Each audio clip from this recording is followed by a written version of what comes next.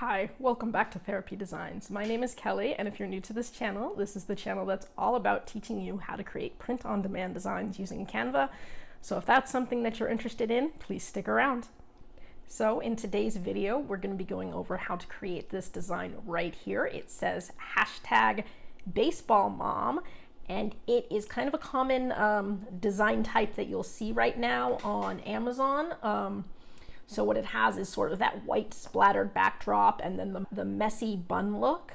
And it's got the sunglasses and the hair tie that have the baseballs in them. And of course, this design can be scaled to include many different things. You could make it be soccer mom, you could make it be tennis mom or golf mom. So you can kind of create it to be however you want. And so I'm going to go over how to create this design. Caveat for the sunglasses and for the hair tie, I did go ahead and create my own custom frame. And so that's how I incorporated the photos of the baseball into the hair tie and the sunglasses. Now, you can do this, or you can go ahead and just use some pre-made sunglasses and hair ties available on Canva. I'm not going over how to create your own custom frames, so if you missed that video, go ahead and search my page and you'll find the video on how to create custom frames, and then you can use that. Otherwise, like I said, you don't have to use custom frames. You can use any of the pre-made graphics that you want, and I'll kind of show you how to do that too. So if this is something that you're interested in learning how to do, go ahead and stick around. So as always, we're starting with our blank background. It is 4500 by 5400 pixels, and I'm going to go ahead and select black as my backdrop color. So I'm going to click on my page, come up here to the left hand corner where it says background color, and I'm going to select black. Okay. So now what I want to do is create sort of a white splatter backdrop that will print on a black t-shirt. So assuming that this black backdrop here would be my t-shirt, I want to put a sort of rectangular splatter pattern on it. So the first thing I'm going to do is just hit R, and R is going to pull up a rectangle, and I can change the color of that rectangle and make it white. And now what I'm going to do is I'm going to make it quite a bit smaller. The reason for this is I'm going to have to blur the edges, and so I need to have a good amount of space for that blur. If you go all the way up to the edges, you'll end up with a sharp edge when you go to print. So you have to have your blur end before you hit the edge of your design. So now that I have my rectangle, I can pick some blur effects. So we are going to go ahead and we're going to come up to elements now. And you can see I've already used some of these. So what I'm going to search for is blur. So when I put blur in, I can put white blur up here so I can specify.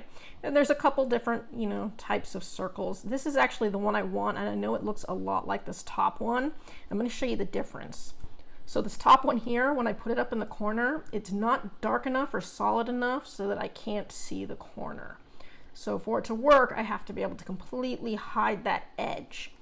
So I'm not going to use that one. It's not quite as solid, but this one here is actually just solid enough that you can see I've completely lost the edge now. And so this is the one that I'm going to want to use. So I'm going to start with just this blur circle, and I'm going to be shrinking it down. So we'll go right about here. So it's going to take the blur out, so there'll still be a little bit of an edge around the background. So once I have it the way I like it, all I'm going to do is duplicate this circle, and I'm going to duplicate it many, many, many times, and I'm just going to bring it all the way around the edge so that I get a nice blur all the way around the edge. So I can click on this, and if I hit Control D, it'll duplicate it. And so I can just keep hitting Control D as many times as I like and make a whole bunch of these circles. And I'm going to start at the corners and blur out the corner, make sure I get the corners where I like them. And then I'm just going to keep going around the edges with this, trying to make it as kind of smooth as possible.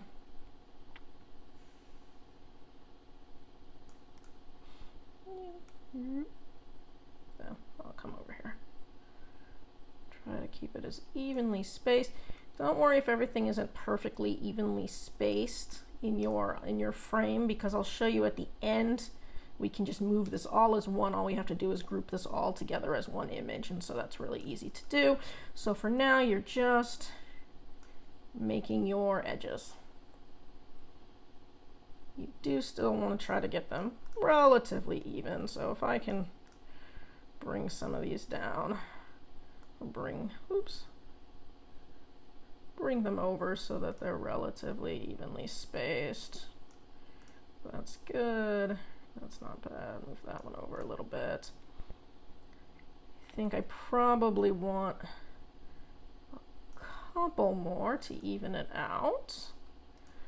But that looks pretty good right there. I still want my black background. It's nice and blurred. So from here, I'm going to go ahead and I'm going to do some splatter.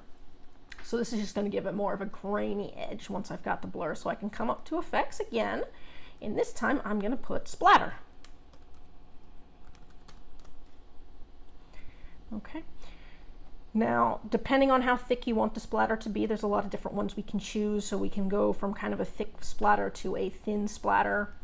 So for example, here's a nice one right here. So I can go ahead and make the splatter white. And now that I have it white, I can bring it up to the edges here. And I don't want to go all the way to the edge of the page because I don't want a sharp cutoff. But I can do something like that. And so you can see just a little splatter around the edge. And so I can take that, do the same thing, duplicate it several times, bring it down, duplicate it, bring it down, duplicate it, bring it down right towards the edge. You can do it again. Now you can see it's a little thicker on this side. So from this one, what I'm going to do is I'm going to flip it. So now the thick is in and the thinner edge is out. And then I'm going to duplicate this. Control D. And I'm just going to move up. Control D. And I'll move it up. Oop. Again, I don't want it to go past the edge of the page. Control D. See, so pretty easy. I'll Control D that one again because I lost the bottom here. And now I'm going to repeat for the top and the bottom. So for this, I can again do that. This time I'm going to turn it. And so I can do this as many times as I want with as grainy of splatters as I'd like, you know, to try to get as much texture as I want in here. So depending on how textured I want it, you know, here's a nice one. It's pretty thick. So if I was to do this one now and bring it up, you can see a little bit more texture towards the edges that I could bring in. So you can see how that looks. I do kind of like that. So maybe I'll do that one a few times over too.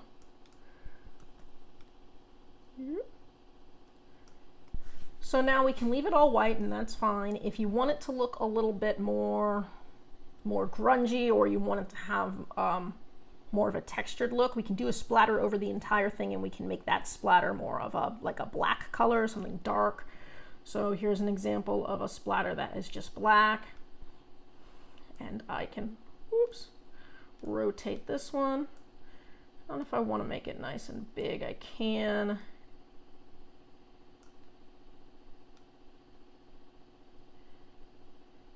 And so I could do something like that, and now it's going to give it a little bit of a texture to it too. So that's not bad. If I wanted it to be a little bit smaller, I could do the same thing that I did with the other ones and just sort of bring it to the corner and then duplicate it. That's going to give it more of a fine grain versus a thick. And I can bring it over so that it goes out just a little bit. There's a little overlap there.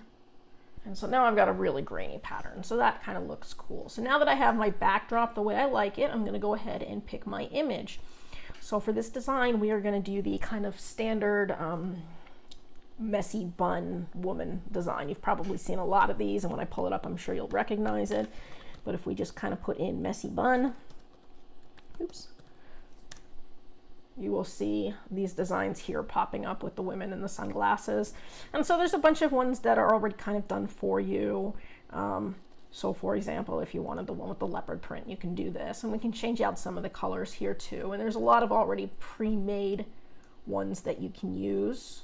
So if you just wanted to do something like that, it's pretty simple. You can also do your own. So I like to do a lot of my own more customized ones.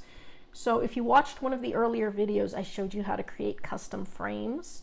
So for that, I made a custom frame for sort of this bow tie up top and a custom frame for some sunglasses. And then I was able to put what I want within the frame. So if I wanted to do a baseball or basketball or soccer, or if I wanted to make this plaid, or if I wanted it to be Christmassy, I can just change out the sunglasses and the bow, and I can reuse this pattern again and again and again. So that's how we could grow this design. So I'm gonna pick one that, I like this one right here. So when I pick this one, she does not have sunglasses or a bow tie yet, so I can put those in myself.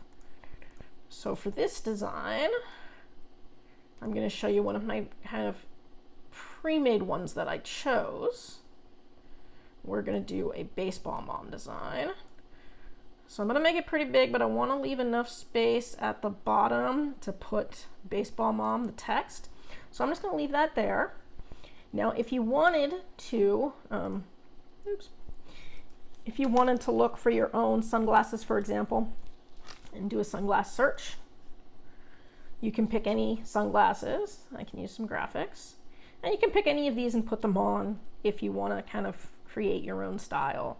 So for example, if I was to pick these, and I can bring them down, resize them however I like, something like that.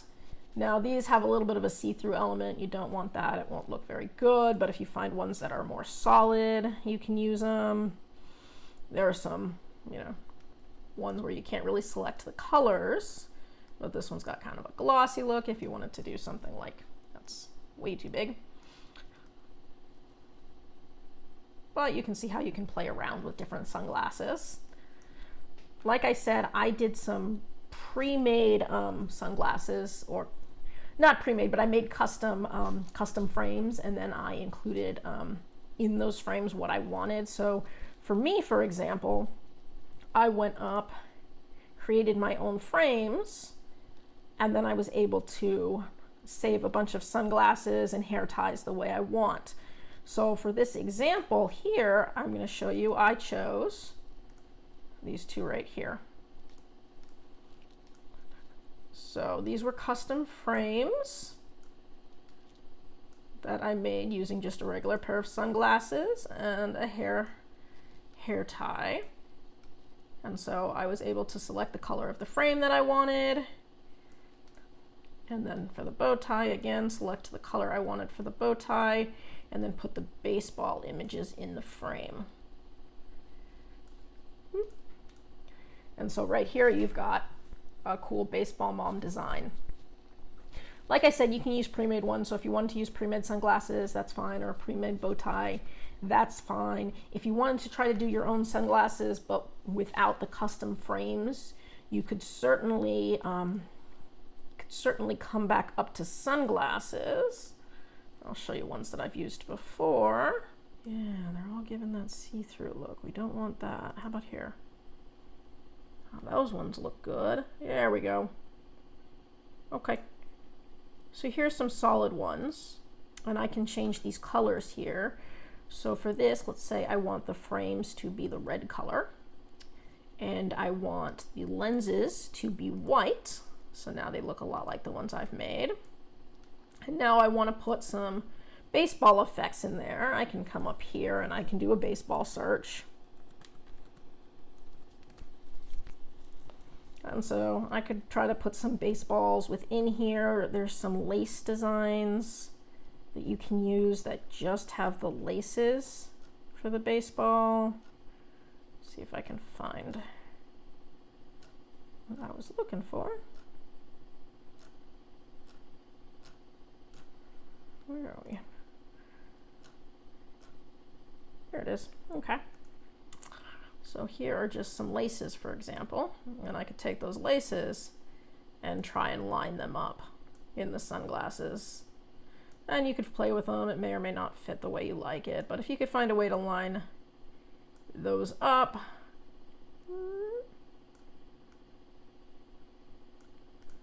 you know, something like that, you can sort of create your own baseball pattern. So there are ways to do it. This was, again, custom frame, and then I just put the baseball, like a solid baseball, within the frame. But if you wanted to try to create your own, that would be a way you could do it without creating the custom frames. And I did a similar thing for the hair tie here too. So that's just one way that you can go ahead and get a similar design without having to create your own custom frames. For the hair tie, I think for this one I might have just put in hair tie and graphics and saw what came up. So there's different bows you can use, lots of different bows. Pre-made ones where you can put your own color in. Some of these would work good if you wanted to, again, create your own frame. So those are different hair ties. I think I also did a bandana here. And so here's a good one that you could use for as an example. Bandana, go above the head, and there's a bunch of different examples here. So I might have done one like this for the custom frame. But you can see there's all sorts of pre-made ones. That one's kind of cool. And so you can go through and, you know, play around again, as always. Oh, this is the one I used right here. So this is the one I used to make the custom frame. So you can see I kept the outline here, and then the inside part is where I put the photo. So I created a custom frame that way. And if you don't know how to create a custom frame, I'd say go back and watch my video on custom frames, and it'll show you how to do that using just Canva and a Word document. So it's pretty helpful. But that is how we're going to start to make this design. So far I like it, looks real good. Now I'm going to go ahead and put some text. So I'm just going to pull up a text bar. I'm going to put T. So there's my text. And I'm going to pull it down here. And I'm going to put hashtag. And this one's going to be baseball mom. Oops. Baseball mom. Perfect. Make it a little bigger. I'm going to keep it black. And then I can go ahead and pick any font that I want. So looking for something a little bit more bold. So you can do any kind of font. If you want it to be more of a solid type font like that, you can. If you want it to be more of a script type font, you can. So kind of however you like to do it. If you want it to be more playful, you can do it like that. So there's a lot of different ways to go with this. I think I was going to use just this blackout script here. It's a little bit textured, so you'll be able to see a little bit of the white through it. And I can make that pretty big. And I can center it. And there you go. So now I have cool design, says baseball mom. If I wanted to, let's say it was off-centered, I can group this all now as one giant image. So if I click somewhere on the outside and scroll, you can see all these boxes coming up. I am literally grouping everything together. So now if I hit group, this is now one big image. So you can see I can move the whole image around on the screen, and I can make it bigger or smaller. So let's say it's a little bigger than I'd like. I can go ahead and resize it that way and center it.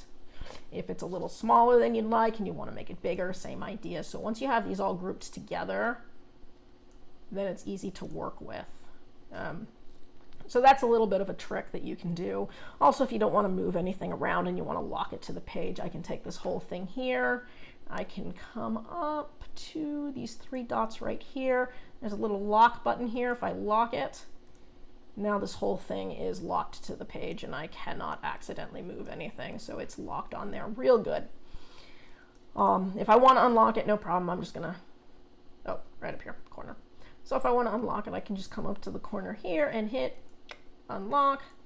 And now everything's unlocked, but it's still grouped. If I want to ungroup everything, I can, again, click it, come up here to the corner. It says ungroup, and now everything is individual again, which means every single one of these can be individually moved. And there are a lot of layers on here because of the splatter. There's a whole ton of layers. Now, if you want to see how the splatter is going to look on a different background, again, I can just change the background color here. So let's say I wanted to put it on a dark blue shirt. So now you can see how the splatter is going to show up. And so you can see that black is going to come out a little bit too. So if I put it on any color shirt, you're going to get a little bit of that black splatter along the edges. If you don't like the black splatter, no problem, don't do it. Or you can just, you know, if you decide, ooh, I didn't like that, just go ahead and change it all to white and then it'll go away. So that is really cool way that you can sort of create the messy bun look. And again, this can be scaled, so you'll want to do your trademark research, of course, but you can do baseball mom, soccer mom, basketball mom, you know, pretty much anything that you can think of. You can reuse this backdrop now that you've had it. So if you want to just be able to change just the bandana or just the glasses or just the text, assuming you have Canva Pro, all you have to do is come up to the corner, resize, you can copy, resize it. And now once you have a copy, you can just change individual elements so you don't have to create this entire backdrop again. So that is a really, you know, common, popular design that you might see a lot of. So if you were wondering how to make it, that is it. And that is it for today's video. Thank you for joining me. That's it for today's video. If you found this useful and would like to see more videos with useful tips and tricks, please hit like and subscribe and turn on your notifications so that you don't miss any of the weekly videos. As always, keep growing and stay creative, and we'll see you next time.